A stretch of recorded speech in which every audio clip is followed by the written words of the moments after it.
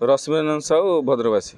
मुझे भद्र मेडिकल आसुली से छपुलिया पाखे लोक गैदरिंग थे तो मुझे देखला गोटे छोट छुआटे मृत्युदेह पड़ी रही तले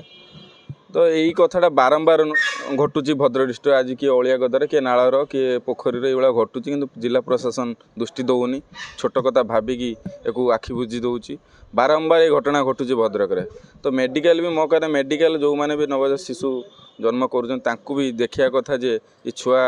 कौ भाया कौन सब तदंत करवा दरकार ना 2 दिन घटना है आज पर्यटन किए जापर पाखापाखि मेडिकल पाखे कैमेरा भी अच्छी दिन दीपर किए पकई पकड़ राति भी पकड़ तुरंत कार्य नष्ट करता मो जाने यही जो प्रक्रिया गुड़ा सब चली भद्रक आस्ते आस्ते बंद हो पारता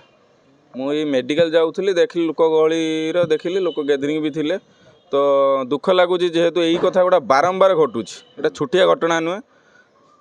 एटा गोटे छोट घटना भाविकी यह बोधे मुझे भावुँ कार्य नष्ट करूना बोधे जिला प्रशासन किंतु यह दिन दिन बढ़ी चले यह देखी बड़ बड़ क्राइम भी बढ़ी चली कहीं एटा भद्रक डिस्ट्रिक्ट नुआ कथा नुहे डेड बॉडी पानी भीतर पड़ी जना पड़ूनी।